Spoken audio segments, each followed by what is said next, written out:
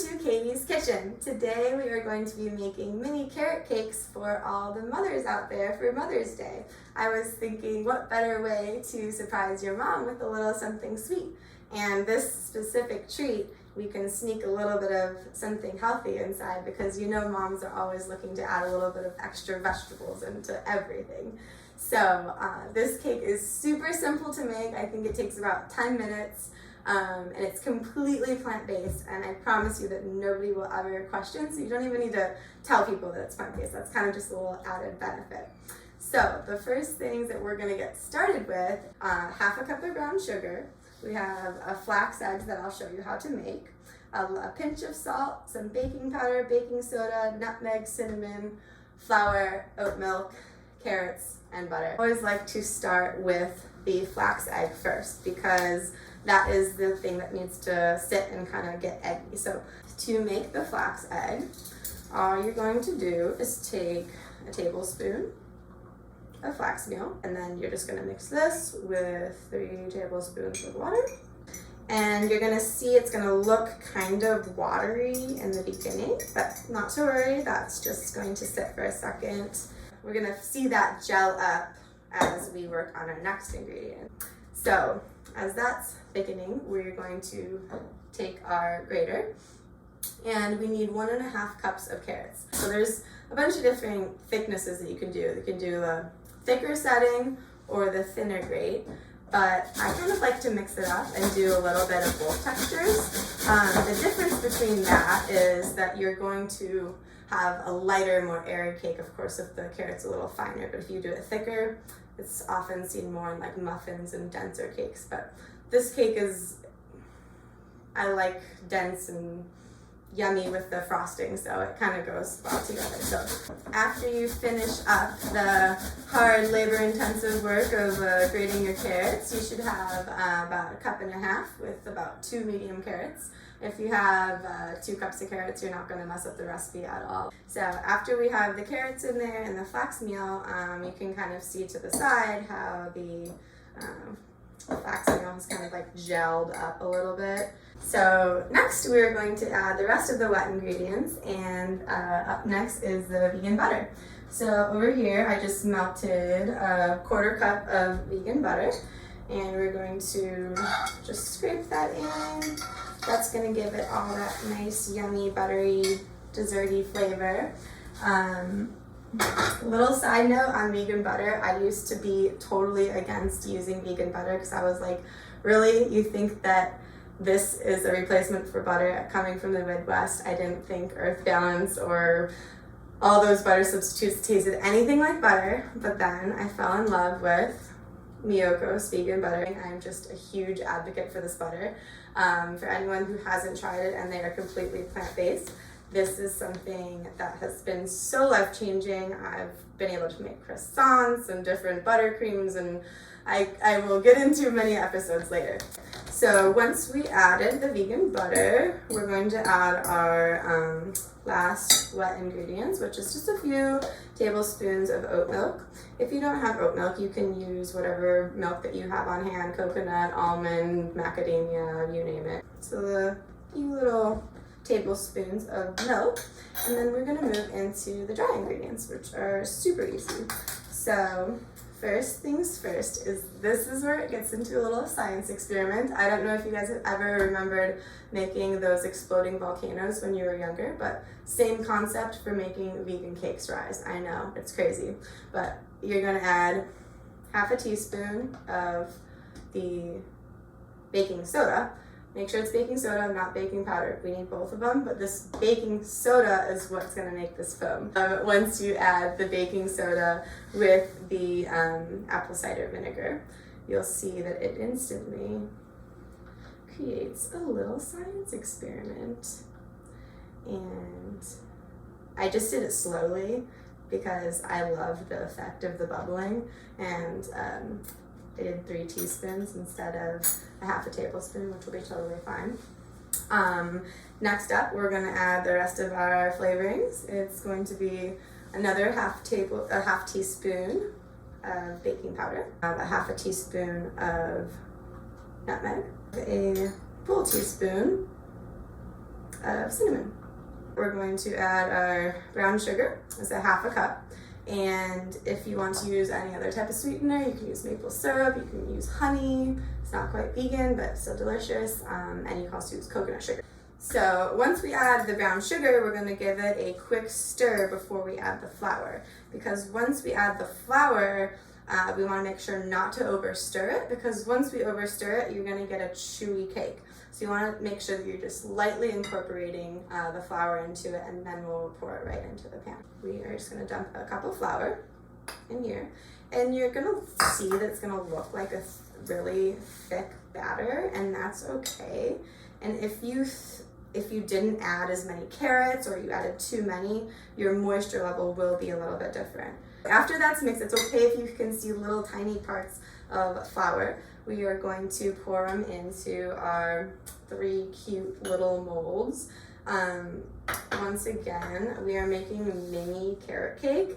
If you did want to make a full-size cake, or you have a big family to share with, you can totally double or triple this recipe very easily. Now that we have our mixture together, we're just going to quickly spray our little pans, and this is just organic olive oil spray. It doesn't have really any flavor, and will be totally fine. Grease it with a little vegan butter, whatever you have on hand.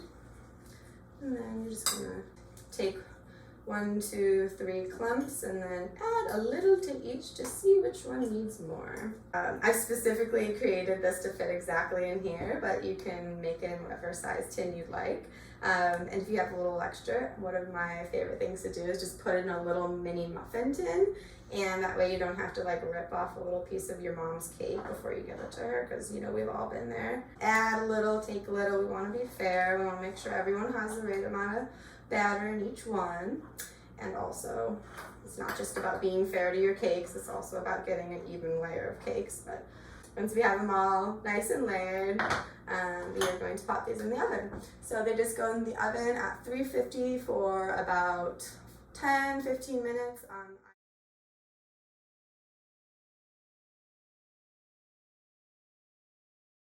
So it looks like our cakes are done, ready to be taken out of the oven. You can see they rose a little bit, and you can touch them, see they spring back and they're not gooey in the middle. If you want to be extra sure, you can stick a little toothpick. So I'm going to take these out of the oven very carefully. And so you can see our cakes rose beautifully. We'll wait for these to cool for about an hour or so. One thing that's very, very important is you cannot skip out on the step of cooling them, because if you don't wait for your cakes to cool, the frosting will melt right off and it'll be a total mess. Meanwhile, we are going to get started on the frosting. So this is a super simple frosting. It also has a little bit of a cool twist to it. So these are the basic ingredients that we're going to be using. We'll use 1.5 cups of powdered sugar. We are using my favorite Miyoko's butter that I'm in love with, and we have vanilla, oat milk, and citric acid. This is a new ingredient for me. I know a lot of people have used it, and I kind of just fell into the bandwagon of using it as well. So if you wanted the ratio, it is about 1 teaspoon of citric acid equals 1/2 cup of lemon juice. So in this recipe, we're only going to use 1/4 teaspoon of citric acid. And the reason we're adding that is because we want that kind of cream cheese frosting like taste, but of course we don't have cream cheese in this recipe because it's plant-based. So I've actually tried and tested this with other people, and they think it's cream cheese icing. So now you know, little secret citric acid or lemon juice adds a perfect little tang, and you can forget the cream cheese. First, we're going to add a little bit of our citric acid, and if you like your things extra tangy, you can bump it up 1/2 teaspoon or so. Just know that this stuff is really potent. So after we add a little bit of citric acid tang, we're just gonna add a little, I don't know, say 1/2 teaspoon of vanilla. I always add like teeny tiny little pinch of salt, because salt just brings out flavor in anything. And then we're gonna add our wet ingredients and give it a stir. So I melted a few tablespoons of butter here. Vegan butter, of course. Pour that right in. And I found that Warm melted butter also helps the frosting like break up if it's a little bit clumpy, and I'm all about convenience, so again, you can sift your powdered sugar, but I just dump it in, let the heat of the butter kind of mix up the clumps, and then I'm gonna give this a little whisk, and you're gonna see that it's still really cakey, and that's where the oat milk comes in. So you're just gonna add probably like a little quarter teaspoon at a time, and really just like come around and see how it just thickens up perfectly. There will be a link with directions for exact ratios of what you can use to make the perfect frosting, and I will make sure to give that to you guys. So as you can see, as I'm whisking it, it's getting really nice and smooth, and the more that you whisk it, the more that those clumps are gonna come out. And I promise you, you have to use a whisk for this. Don't try using like a fork or a spoon or a spatula. A whisk is the only thing that's gonna really make it that nice, creamy, glossy consistency, unless you feel like sifting your powdered sugar. As you can see, nice consistency. It looks a little thin now, but because we added the vegan butter that firms up, we're gonna put this in the fridge as well, and then that will give a chance to the butter to re-harden, and then we'll be ready to spread it onto our cake. And so once we have this nice and smooth, we're gonna pop this in the fridge for maybe about an hour, 30 minutes. Hopefully we can time it perfectly with cooling down our cakes, and then we'll take out our cakes and our frosting and be ready to go. Okay, so it's been a few hours and our cakes are nice and cool and our frosting is nice and hardened. So you're just gonna want to kind of give the frosting a nice little swirl around and make sure it's nice and smooth and spreadable. If it is a little bit hard or stiff, just let it sit out at room temperature for a few minutes so you can get into a nice spreading consistency. And you can see how that's a little uneven. There's a few different ways that you can do this. I've actually done it where you can take dental floss or any type of string that's really small and just pull it across there. But I'm gonna make things easy and just do a nice little scrape off the top with the serrated knife. And you'll just see you're not taking off too much of the cake. It's really just like that top little layer. And this step is totally not necessary, and I'm sure your mother will not critique your cake's layering, stacking skills. I just wanted to put that out there if you really wanted to take it to the next level and get a flat, even surface. So you're just gonna take a nice big glob, put it right in the middle, and then you wanna kind of just work your way out and around and spread each layer nice and thin. You can even out the tops just by adding a little bit more frosting around the sides and then making the surface level flat. I put it on a little cake stand just so you can see the angles here, but I mean, there's absolutely no need for a cake stand in this regard. And I kind of forgot to throw this in because I was so carried away with frosting, and I like to sprinkle a little bit of nuts into each layer so you get like a nice crunch. And this is kind of a tradition in my family. I know it's really common to see walnuts or pecans in a carrot cake, but I've just been making it with pistachios, and for some reason the pop of color and the little bit of like the different texture just makes it a little unique. So after we have that layer, we're just gonna keep going layer by layer. So we'll put the next layer on that I shaved off a little bit, and then we'll do our next dollop on top. So then we'll do our final layer, make it nice and even, and that is quite a tall cake we got. A little topping here.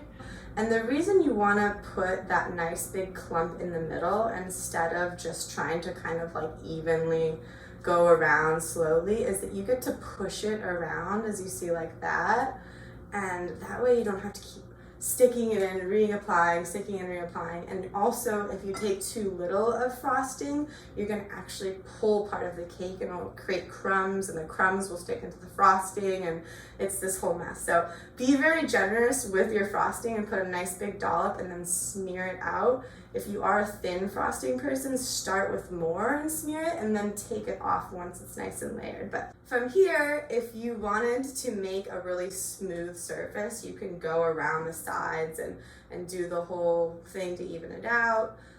Again, you can take the knife and cut it off and make it nice and pretty. Honestly, I kind of like the rustic look of just seeing the layers of cake with the frosting, so I'm gonna just leave it like this. I think it's kind of cute and rustic, and this is how my family's always eaten the carrot cakes. Just to garnish, a last little layer. I have to say, that is quite the cake, and between waiting and making it, it took a little bit of time, but the actual process of making this is super easy. So I guess we should dig in and see what it tastes like. And we'll take that in the middle, put it here, and then I will spin this around and show you that delicious cake inside. And so you can see we have our cake, and the last and most important thing is that we try it. Get in there with a nice little frosting. We got the pistachios, we got the fluffy cake, you can see the carrots, and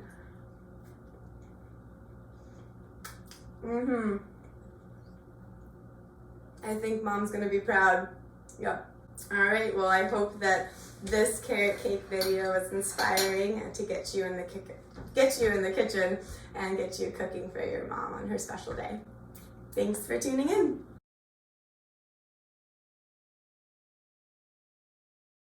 A little bit about this product, because I just have to like do a little spiel because I'm still so fascinated about the things that it can do. Laundry, cleaning, preserving, degreasing, sprouting, canning, drying, freezing, jarring, arts and crafts, bread making, fresh fruits, candy making, pH adjustment, water softening. I don't know how to do all those things with this, but I was just amazed that this can be like a game changer in a lot of different things. I initially bought it for canning because a lot of people use it to not alter the taste of whatever they're canning. Okay, end rant about that. You'd be eating it like, Right. It's good, huh? That's really good. Have frosting. I mean, should I keep eating it? Dude, that's perfect. Oh my god. Should I keep eating it and like keep filming?